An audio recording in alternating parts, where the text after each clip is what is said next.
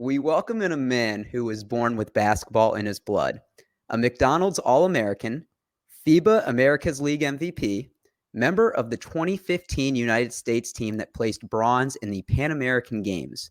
This 10-year NBA veteran scored 3,604 points playing for 7 different franchises.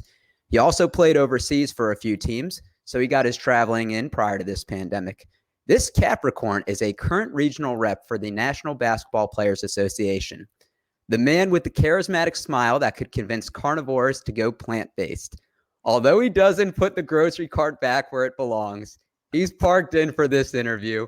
We welcome in future GM Damien Wilkins. What's going on? What's happening? Sorry I had to call you out for the grocery cart, but that's actually that's a big thing. Watching me, man. That's what social media is for. Oh man, Damien, it's a pleasure having you on. How are you and your family doing right now? We're good, man. We're good. A lot of distance learning going on, a little homeschooling. That's about it, man. Just staying low, keeping my head down, working. PA keeps me busy. So yeah, man, I'm good. Damien's always grinding, whether it's on the court or off the court, and we want to start with your playing career, and not just in the NBA. We want to take it way back, and I know Coach wants to go way, way back. Yes, sir. So we're a Maryland area-based pod, so I want to start to your beginning of your basketball career. After your first year playing at home in the state of North Carolina, take me back to that sophomore, junior year playing at St. John's with Jason Campbell under Stu Vetter. How was the process like moving, playing in one of the toughest leagues in the country? Go ahead. It was I didn't want to go at first. I didn't want to go at all. My dad, he kind of made me go, but we had a long talk about this for like a month, and he was just like, "I'm telling you, it's going to be, the best thing for you. You get to play against the best competition." And he was like, "You're not getting any better here. Like you can't be." He said, "It's." He got mad at me because he got mad at the coach of my varsity team my freshman year in high school because I was starting. And he was like, "It's no way you should be starting as a freshman in high school." He was like, that tells me everything I need to know about the competition you're playing against. And I didn't understand that then. I understand it now that I have a son. So I understand it now. But, for me, I was like, well, shoot, I'm good. Like, what do you mean? Like, that's why I'm starting, because I'm better than anyone else that would be playing my position. And he was like, no. He was like, so how did that come up? Like Coach Stu Vetter coming to Maryland? No, Stu Vetter was my AAU team's high coach. My coach for my AAU team, he was his high school coach. Okay. Played with Dennis Scott on that team, and my AAU team was the Georgia Stars, and the Georgia Stars head coach name was Brian DeMolick, and he played at Georgia Tech with Dennis Scott. He played at Prospect Hall under Stu Vetter. Well, not Prospect Hall. I think back then it was called I forgot where they played, but anyway, that's how it kind of happened. The coach of that team told my dad about the prep school there, and my dad was like, "It sounds like where my son need to be. Like, I want him to play against the best in the country." And I want him to get better. I want him to get his butt kicked a little bit. And he said, "I'm tired of seeing him going in the gym and just being the best player in the gym. Like, it's just not realistic." And it was one of the best decisions we've made together, for sure. So I'm glad I went ahead and just said, "Yeah, I'll go." And I went. We were living with the coach. That was weird to me, like living at Coach Vetter's house. Waking up, going to the gym at 5 a.m., then going to school. Then our lunch break, the school's lunch break was an hour. Our lunch break was only 15 minutes. Coach Vetter had us working out. And then we would have the rest of the school, then practice, go home, and then at night, he'll make us come back at 10 o'clock every night. So it was like basketball all day. And it was like college. Yeah, it really was.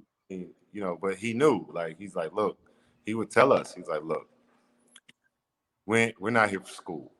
Like, we're not, you guys aren't here. I know that, you guys know that, and so we're gonna work on what we're here for. So That our first game lining up against one of our first games, my sophomore year I was there, we played against Tracy McGrady, and I remember sitting on the jump circle, and I'm looking over at him, and I'm like, I'm a long way from that school I just was at my but it was one of the best decisions I made for my career. Certainly because, during that time I played against, like I said, T Mac, Joe Forte, Keith Bogans, Wilkins. Mark Archer, DeMar Johnson, James White. I mean, you can, Points. yeah, I played against like all those guys. Donnell Harvey, Nick Collison, Kurt Heinrich. Like, that was our schedule in high school. So it was, I mean, every night we were playing against stiff competition, and it just pushed us, it's pushed me to get better and better.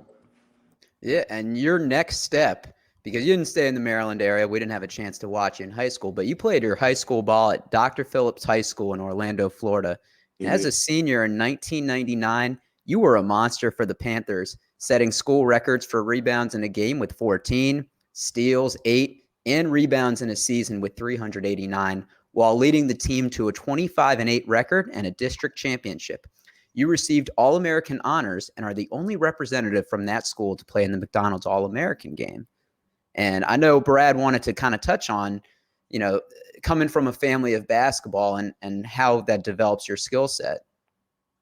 Yeah, so Damien, I listening to you talk, about coming up with Stu Vetter, from afar, obviously, it sounds a lot like, what LeBron's doing with his son, Bronny. It's kind of iron sharpens iron. If he goes anywhere, in the country, he's probably starting, but on that team where it's, a bunch of guys that are already 1 through 5 in the nation, Right. he's coming off the bench. So by the time he's a junior or senior, he's already going to be a monster because he's going against those guys in practice.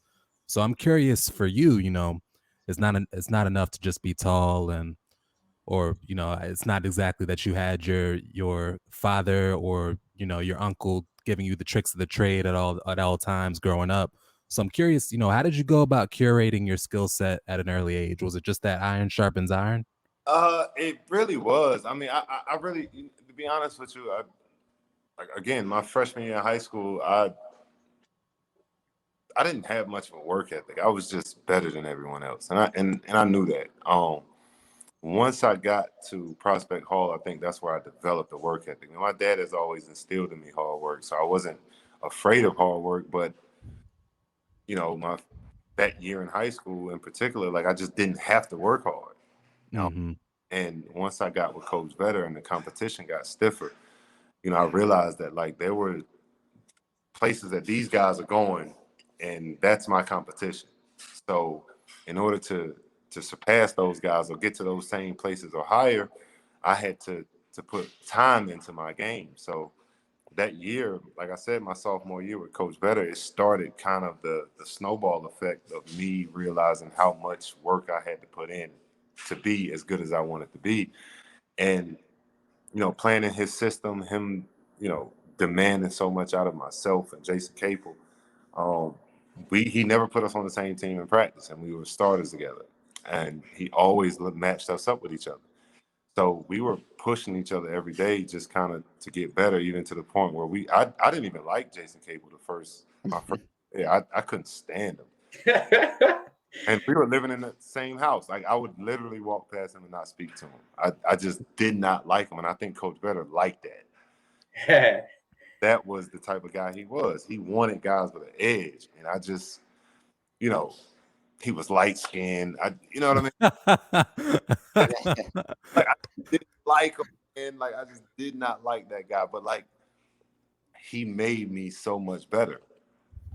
Every day we just worked and worked against each other. So it was a combination of my dad, when I would get back with him in the summer, and then that work ethic with Coach Vetter, even to the point when I knew I had done some of the right things, is when I went back home that summer to be with my dad. And, I was in the gym working. And he was like, you done? I'm like, nah, let's keep going. And he was like, see, you did go to the right school because last year you were ready to go home after an hour and a half. So it was just a combination of all those things. I think that's stuck with me throughout my career, my life, even now. So Did you did you ever have any doubt, that freshman year when you realized, okay, this is a different level, maybe I don't have it? Did you have to overcome that, or were you just like, it's time to go to work? it was a little bit of both, really. I was confident. I was super confident. So it wasn't a lot of doubt, but I was like, man, I don't know if I'm ready. Like when we first got to school, he showed us a schedule. Like actually when we first got to school, what happened was we got all these packages that came in the mail, and we're in the weight room at Prospect Hall. And all these packages came one day, like our first week there.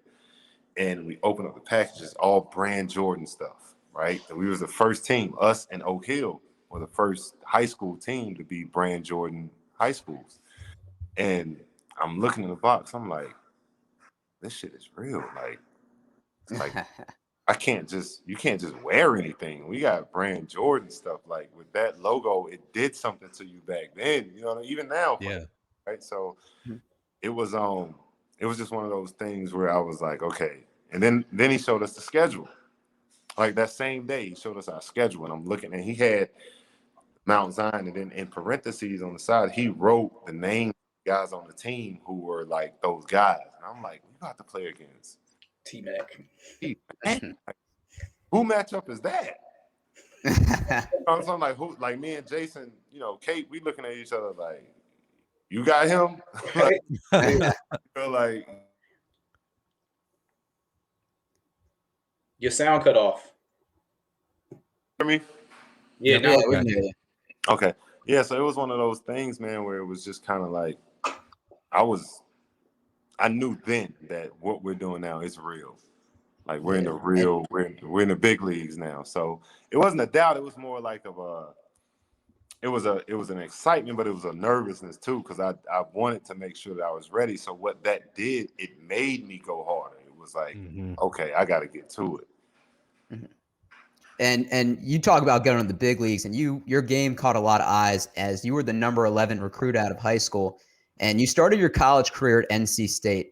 As a freshman, you instantly made an impact, scoring 11.5 points per game with 5.8 rebounds, 2.3 assists, and over a steal. Got to throw that in there.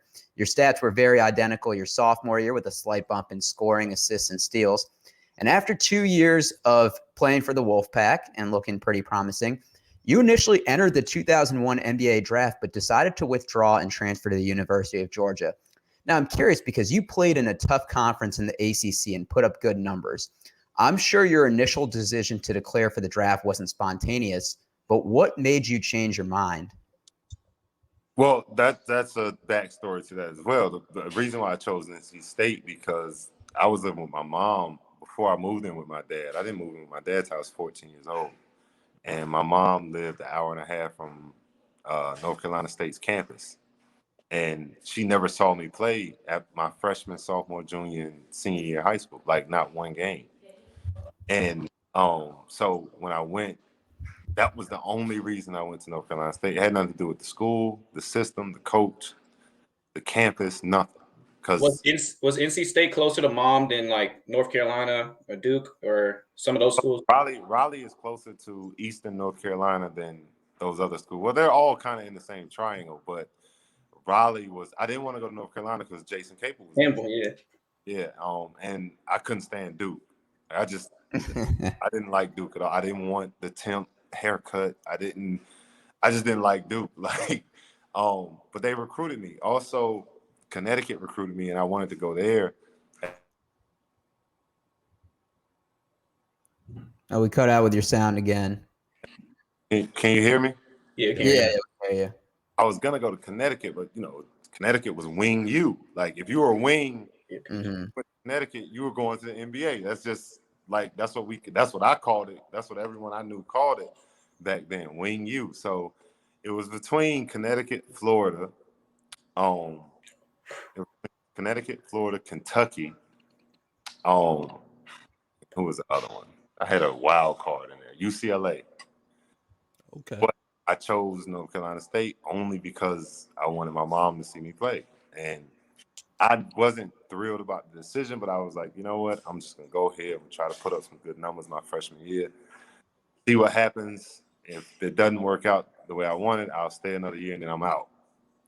And that's exactly kind of what happened. I went to the draft combine. I didn't like at all playing at North Carolina State because the game was so slow, right? Like we played so slow, and Herb Sendek, we would get on a break 3-on-1 and he would literally stand up and be like, stop. I'm like, my goodness, man, like I can't do this, you know, and then it hampered my scoring. Then they wanted me to play the 4, so they tried to put all this weight on me. Like I had got up to the heaviest that I've ever been, so I felt slower. It was just a bad mix. And after my sophomore year, I left. I went to the draft combine, and I rolled my ankle on the 3rd day I was there, so I couldn't finish it. So I was gonna just go back to NC State. On my way back, I flew into Raleigh, called Coach Sendek and said, "Hey, I'm back. I'm coming back, you know, for another year." While I'm at the airport in Raleigh, he says, "Don't worry about it. Don't bother. Don't bother coming back because because you leaving has already created too much of a distraction for us, and we just don't need it." And I was like, "Wow, like, are you serious?" He was like, "Yeah." I'm like, "You're really telling me not to come back to school?" And he was like, "Yes." So I flew back home. I called my dad, told him what happened. My dad was livid. He's like on his way to Raleigh, and I'm like, "Bro, like let me just come home. You don't have to come here. We can talk about it while I'm there." Like, and came back home, and we went to visit Georgia, Georgia Tech, and actually Georgia Tech first, then Georgia, and then I sat down with Coach Herrick, and Coach Herrick wouldn't let me leave his office. He was like, "I'm not gonna let you leave this office without you telling me you're gonna come here." So he had the whole team come in there and tell me that they wanted me to be there. He told me how he was gonna play me, what positions he was gonna play me in, and my dad looked at me and he was like, "This the place." And I was like, "Yeah, you're right." So I committed to Georgia right then. That was a great decision. And, during your next 2 years there, you still did your thing scoring the ball and being a playmaker. During your senior year, you earned the starting center position and averaged about 13 points per game, 5.5 rebounds, leading the Bulldogs to a 19-8 record and a top 25 finish in the AP poll. Off the court, you got your degree in communication and media studies. You ultimately went undrafted in 2004, but that didn't mean your career was over. The Seattle Supersonics took you on and you made the most of your opportunity. And speaking with you now, I see that grind and that work ethic. And that's exactly what you did that summer, putting in work in the weight room and having a big summer league. You made the team and ultimately got the chance to prove yourself at the end of the 2005 season. You had some big games, including 21 points against the Blazers, and 15 points, 6 boards, and 5 steals against the Spurs in the playoffs. You were a restricted free agent that summer, and the Sonics didn't want to lose you as they matched the offer that you got. You would play for 3 more seasons with the team, starting 74 games over that span. The team relocated to Oklahoma City the next season, and you would be a part of that transition. And you would play with a few more teams and then playing overseas. You'd have one last stint with the Pacers in the 2017-2018 season, providing a great veteran presence before calling it a career. Hey, Eric, before we go to his pro career, Damien, if you don't mind, I'd like to talk a little bit about going undrafted and what that feels like and what it's like. I'm curious because every year we see undrafted guys go and really just make their mark in the league. So I'm curious, on two fronts. Number one, how were you feeling when you went undrafted, and did you expect it? And then number two, do you have any ideas to how to make the draft process better so people with your talent don't go undrafted? Oh man,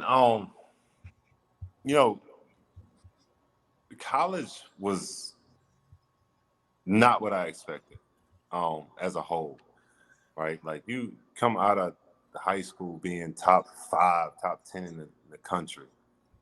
You expect to make more of a mark than what I did. And, I don't point any fingers at anyone for that. I've never pointed any fingers at Herbson. That I've never pointed any fingers, at how Georgia went, because I was productive. I showed in all both settings that despite everything going on around me, that I was able to still be productive on the floor. But for me, I looked at it like, okay, what can I do? What things can I change? What things can I control? Like, that's how I always looked at it. And I was like, I just got to get better. And, kind of just looked myself in the mirror and said, I'm not about to blame anyone. I'm not about to sit back and feel self-pity. Like, I'm too good for that. So I just worked my butt off, man. And then, even while at Georgia, right, we had a situation with Tony Cole, who, we going into the NCAA tournament, number 3 in the country, and he gets in trouble from not going to class, and then he tells on Coach Herrick about Coach Herrick helping him out with some extra benefits, and they suspend us for the rest of the year. So it was one of those things, man, where I was like, college just ain't for me. Like, once that happened, I was like, man, college just isn't for me, man. Like, you can look back on it and be like, man, I should have just went into the draft out of high school, or I should have did this, should have did that. But all those experiences made me better. And then you get to the draft.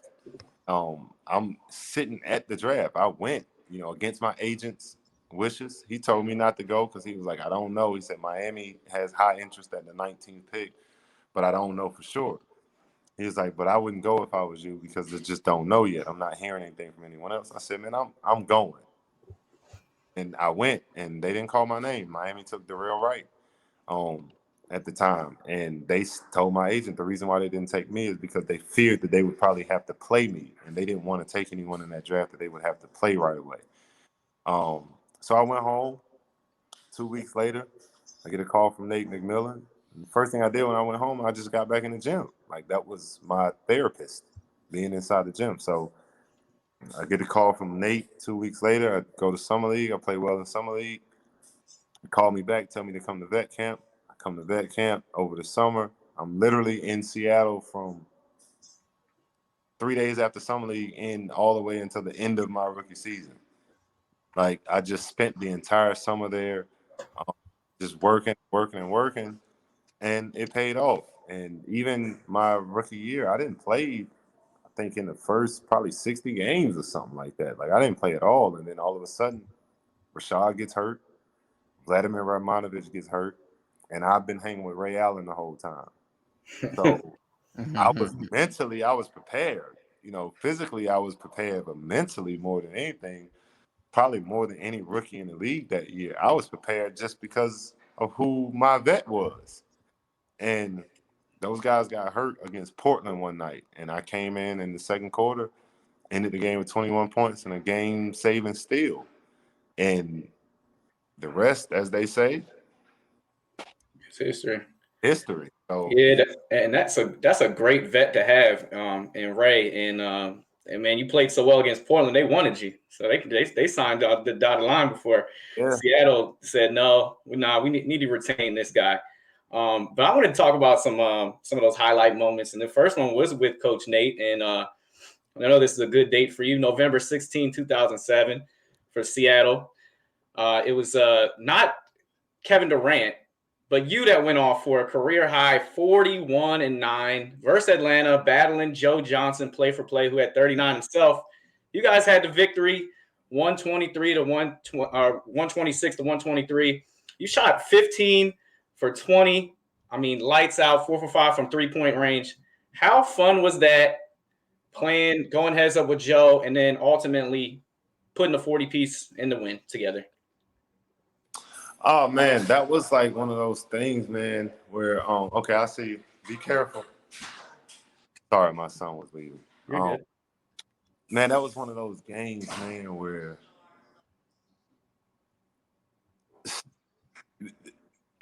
it's hard to describe because that was the first time in the NBA that I really got in a zone like that. Like, I had good games in the NBA where I had 20s and 24s, 25, like games like that, 19s, whatever the case may be. But that was one of those games where it was unexpected. Like, I didn't go into the game expecting to play like that. And I had played against Joe a lot in the summer because he lived in Atlanta and we would always go and play pickup together. So, you know, I knew how good he, not just from the summer, but just from his NBA career as a whole. So I went into the game and all the focus was on KD. And I just really, honestly, I just felt like, you know what, like all the focus can't be on KD at my house. Like I'm at home, like I'm from Atlanta. Like all these KD jerseys in here, like I just felt the way. And, you know, I guess my mindset started to just caught on with the physical and I just got going.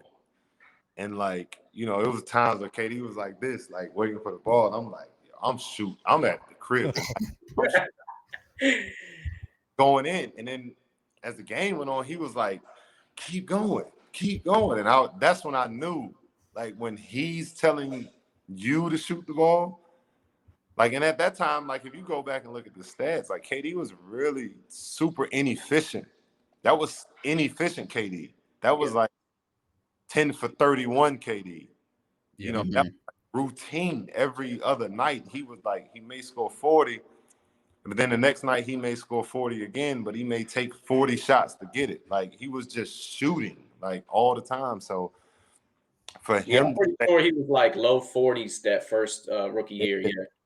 And so when he's telling you like, nah, keep going, like go, you on fire. So I just got lost in the game, man. And it was just a great feeling that I can't even describe, bro. Like it was really just one of those nights where I feel like, man, I know how these guys feel like to have a game like this now. Like this is crazy. And it you know, it was poetic too because it happened at home in front of my family, in front of my friends. Like people still talk about that game to this day. Like I was just talking to Mario West the other day. He works with the Players Association, and he was like, man, you remember that game? I was like, yep, the one I had 41. I wonder if Ankh was there for that one because since it was Atlanta, Nick was there. All right. My dad was there. Mario West was playing for the Hawks at the time, but I was just in one of those zones, man, where I just couldn't miss, and it was fun. It was fun, man. It was just one of those unbelievable nights, man, that I just never forget. And to this day, you probably won't believe me, I've never watched that game. Oh, you have to. You have to. Find it. It's not on YouTube. Like that highlight for that game isn't up there. And like I've never watched the game, like sat back and watched like what happened. We need to find that tape. So about your pop, like who's got the bigger career high? He was there. Who has that? Well, Neek. Well, you and your dad. Yeah, I know Neek has like 57 on Jordan. Like he's up there. He's like, come on. But my dad, I don't know what his career high is. I have to look that up and see. We never talked. That's a really good question.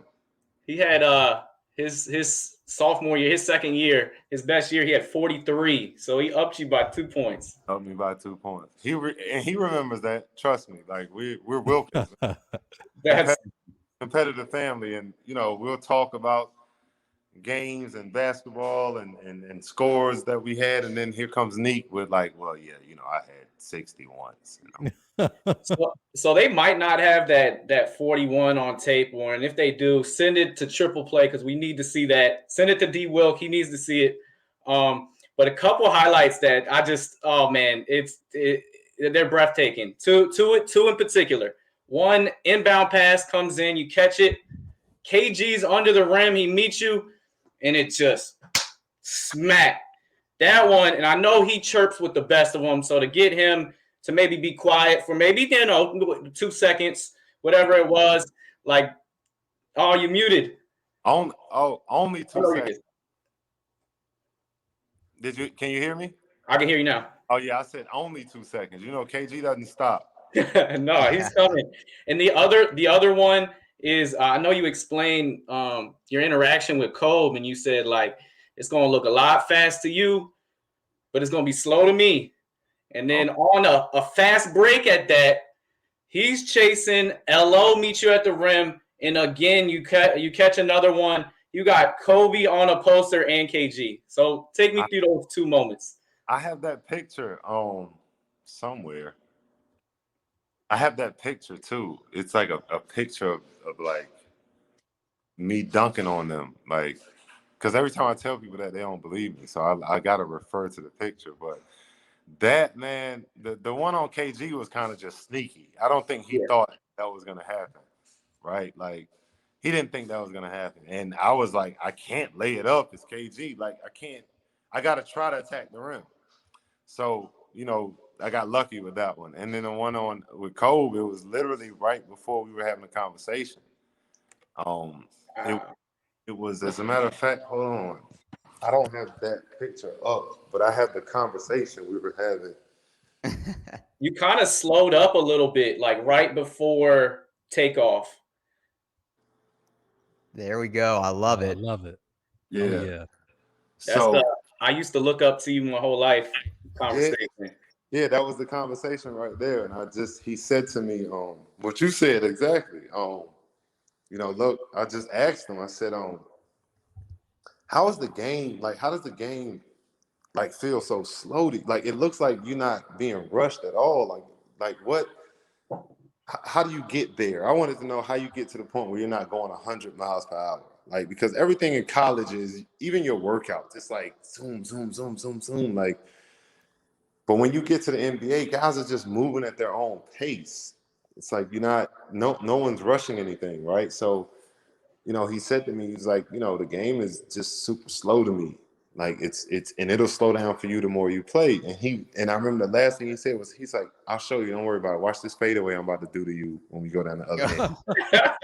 I was like, the hell you are? Like, I'm about to foul the shit out you. Like, what I'm saying? So, and then they ran, solo action is what they called it in the triangle offense. Like, anytime you hear solo, it's either basically an ISO for the big or ISO for the two guard, i.e. Mike or Kobe. And he shot a fadeaway on me. Like, he did it. And I was like, this motherfucker. But like a couple of possessions later, we got on that break. And I was like, here we go. This is where my 100 miles per hour is about to come in handy. Right? I'm going as fast as I can. And I'm like, and I see him and Elo out the corner of my eye. And I'm like, this is a race to the rim. My legs are younger. And this whole time, that's what I'm thinking. And I'm like, either they're going to block it, foul me, or I'm going to finish this. And if I finish it, I'm the hero. Like, I don't have to score. Right. No, I don't have to score any more tonight. If I finish this, I'm good. And you getting the Sports Center highlight. Right. I just jumped, man. And whew, something good happened. Man, so transitioning to the business side of things, I want to talk a little bit about your role with the NBPA. And earlier last year, that video of Delonte West was circulating through the internet, and Mark Cuban got a lot of attention for bringing him back on his feet. But I think you played a key role as well. You were a teammate of his in Seattle. You guys lived in the same building, and I think he always knew that he had a friend in you. And the NBPA offers former and current players mental health assistance. And I know mental health hits close to home, and you've been vocal about players not needing to feel like supermen and to be able to talk about their feelings. And I think the work that you're doing will help future players feel comfortable to express themselves and not feel judged. But I want to ask you, because I know you're going to be a future GM. We fully believe in you. You're going to have to go through the interview process, though. So how would you sell yourself interviewing for that position? Being a GM. Mm-hmm. I think for me, man, like, it's not, you have to know players, right? Most of these GMs, the successful ones, they just know players. Knowing players, knowing what gets them, knowing how to, it's like when you go to the YMCA and you playing pickup. Like, for me, I wouldn't go to a gym and pick all of the most talented guys in the gym. I want to know who plays well together. So I'm probably going to watch the first 4 or 5 games before I even play, and I may stretch, I may, jump rope, I may work out, lift weights while I'm watching them play and see who's playing together. And then I will pick teams from there. Some of the best GMs in the league, I think that's what they do. They take their time. They're patient. They watch who plays well together. They know what drives players. They know who can get the best out of the other.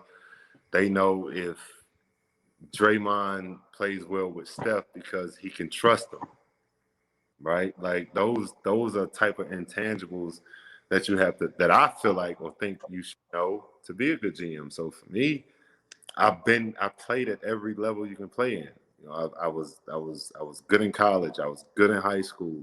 I played overseas. I played in the NBA. I played, you know, shoot, I don't even consider Puerto Rico overseas. I played there. I don't consider Venezuela overseas. I played there. So I've seen so many different styles of basketball and what works and what doesn't.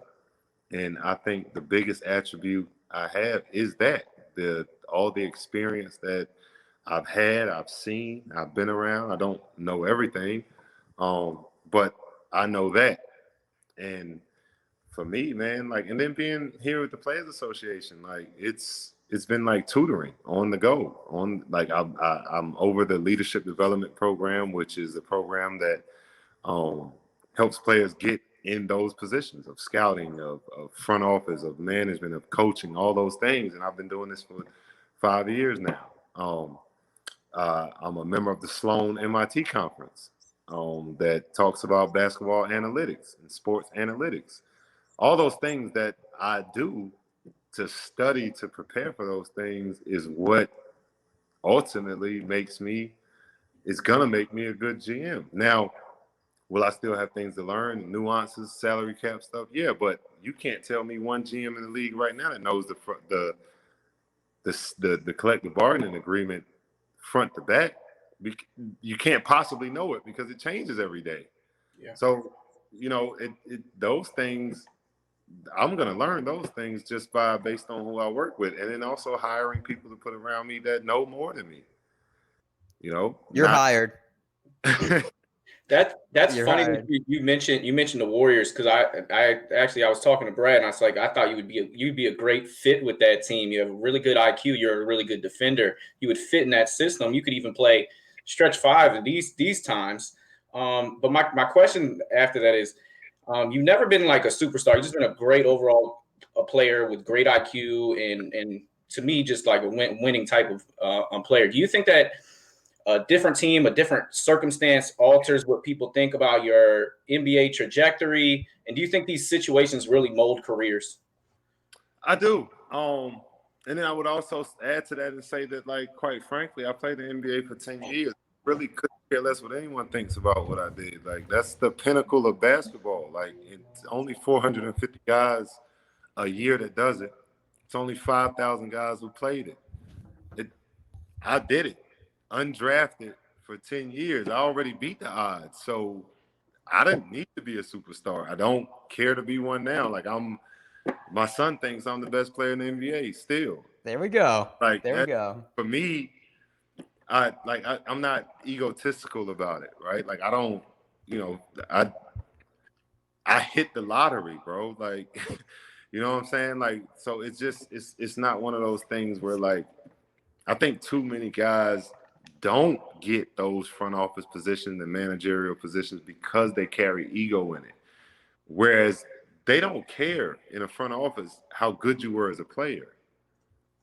No one cares about that because their question to you is, how are you going to help my organization on this side of the game? What do you know that can help this organization be successful?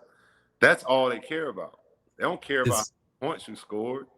Some of the most, I would say, it's probably more role players right now in those positions than anywhere. Is there a pathway to becoming a GM? I think it's just about networking, and a lot of people say it's who you know, but I think it's more or less about who knows you, and I think it's about your work ethic. I think people want to see that you're not going to come in there and, like I said, be one of those guys that thinks that their career and the things that they did statistically is just all you need to know and do. Like, there's a certain work ethic that they're looking for, and for me, like, I get to be around these guys, all these guys that's making these decisions and hiring. I get to be around those guys every day based on my job. So I'm talking to them. I'm telling them what things I want to do. And I'm also asking them questions and trying to learn as well. We're talking with Damien Williams, 10-year NBA vet, dunker on KG and Kobe, and future GM. Damien, we like to get the guests out of here for a little triple play rapid fire, just some this or that questions. You probably wouldn't have been asked or haven't been asked some of these before. You game? I'm good. I'm ready to go. All right. Question 1. Would you rather be the wealthiest in your family or the best dunker? In my family? Yep. Question 1, we already got him thinking. I'm a Wilkins, man. So I want to be the best dunker in my family. That's the answer I was hoping you'd say. Would you rather take over for a successful GM or team or be in charge of a rebuild? I want to do it my way. All right, rebuild. I love it. He's doing it his way. Yeah. Would you rather rewind or pause your life? Pause. I don't want to change anything. Okay. I like a man with no regrets. Damien, you can only listen. You got one album for the rest of your life. You only get one. What is it?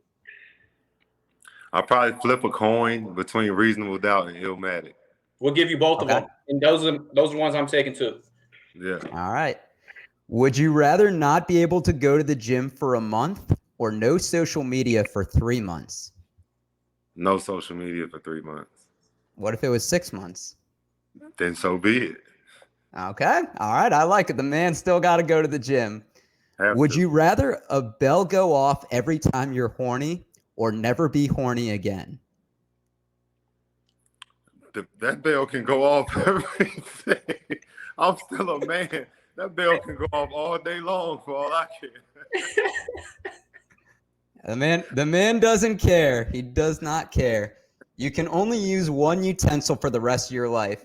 Are you picking a fork, spoon, or knife?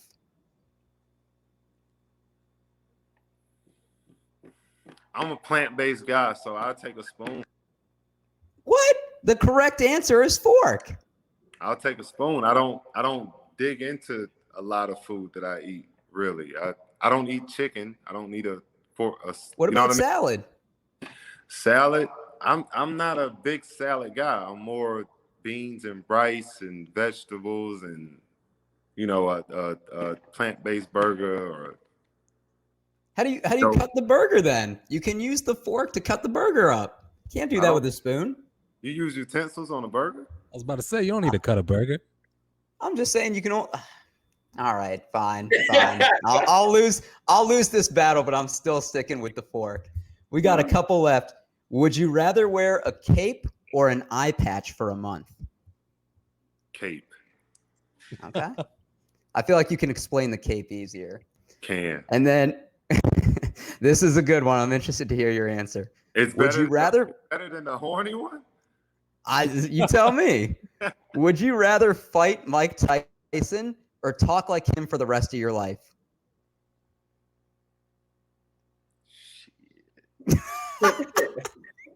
I'm not getting in the ring with that dude, man. That's a good choice. That's a good choice. I'm just gonna sound like him. Do you think they'd hire you as a GM though if you talk like Mike Tyson? They may be afraid not to. Okay, that's a good point. That's a loophole I didn't.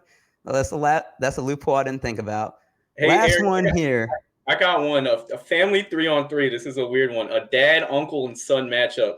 It's you, Gerald, and Dominique versus Horace, Harvey, and Jeremy Grant. Who wins that 3-on-3? I like our chances. Oh, what is he supposed to say? The other family? Yeah, exactly. I like our chances against that group. All right, Damien. Last one. Who wins the championship this year? I think Brooklyn is finding out right now that it's not easy to just throw talent together and find overnight success. The Lakers, I don't know of a year that I've seen LeBron play this efficient. He's the best he's ever been. Yeah, I think he's playing out of this world. And honestly, in my opinion, I think he has more help than he's probably. This probably the deepest. Well, you know, that Miami Ray Allen team, Rashad Lewis team was pretty deep, but this team is probably arguably his deepest team, second deepest team. Yeah. But he's played on, and he's playing less minutes. They were like 6 deep on Miami. This Lakers team is like 8. Yeah, like they're like super deep. Yeah, you're right. And then he's playing less minutes. I still don't see it for the Clippers. I just don't see it for them because it just seems like it's always something wrong with them, unless they can pull off a Bradley Beal. But what do they have to? What do they have to give up? Then Paul George, you know. Yeah, like they Pat, have to Pat give Bev. up that makes it work, right? Better they don't have draft picks. And they don't have draft picks, so they have And to give up. And it takes more than a year to get that chemistry, right? Like that's what you're just saying with Brooklyn. So even if they got him this year, it wouldn't do it. Then you got Utah, who's playing great, but I just don't. I don't know if I got them down the stretch. Like it changes when you got to beat a team 4 times. So it sounds like you're picking the Lakers. I think right now the Lakers are my pick, and LeBron is my MVP. Well, you brought up something interesting because thinking like future GM mindset, we've been trying to crack the code on Brad Beal. We're from the DC area. What do you think the best package would be to put together to get him? Because I don't think the Clippers package would be good enough. There's probably other teams that could offer more. Well, see, I'm old school too, like a little bit. So for me, right, like Brad Beal has to take a little bit of that accountability too. Like you signed the extension. Yo, Damien. So I'm the lone one in this group that thinks if you have Russell Westbrook and Brad Beal, you build a team around them instead of trying to blow it up. Do you agree with that, or do you think they should blow it up? I think they should just get better pieces around them. But Brad Beal can't be as vocal as he is about being so unhappy because you signed the extension, bro. Like you should have done your homework and asked for more pieces to come in and say, hey, let me see what you guys are doing first. But, you know, the money talked and the money won the conversation. So now you have to be responsible, just like Giannis right now is finding out. Like, you signed it. You didn't have to sign it, right? Like, you would still be Brad Beal. And I'm a fan of Brad, but I just feel like it's unfair, in a sense, how much, for lack of a better term, complaining you're doing. Like it's a body language thing, yeah. It works, as evidenced by Harden. But Brad Beal doesn't want to be traded. That's the difference. Like he's come out and said he wants to stay in DC. And the more he keeps saying that, then the more that they're gonna believe him and be like, okay, well, fine, you're stuck. Yeah. Unless he's, just being political, which it's a possibility. Yeah, that's a possibility too, but it's a hard contract to move. And then besides that, where are you going that's going to be better than that has assets? Right. Because not all you're doing is just trading apples for oranges. You got to give up so much to get you to make the money work that you're probably going to go in another situation where, like, they still trying to build something. Like, because he can't go to the Lakers. They don't have enough. Clippers have no draft picks. Milwaukee is tied up. Miami has no draft picks to trade. Miami has no draft picks. Maybe the Nuggets. You're still not coming out of the West. Like, it's just, okay, so you'll win more games and maybe get to the playoffs, but then what?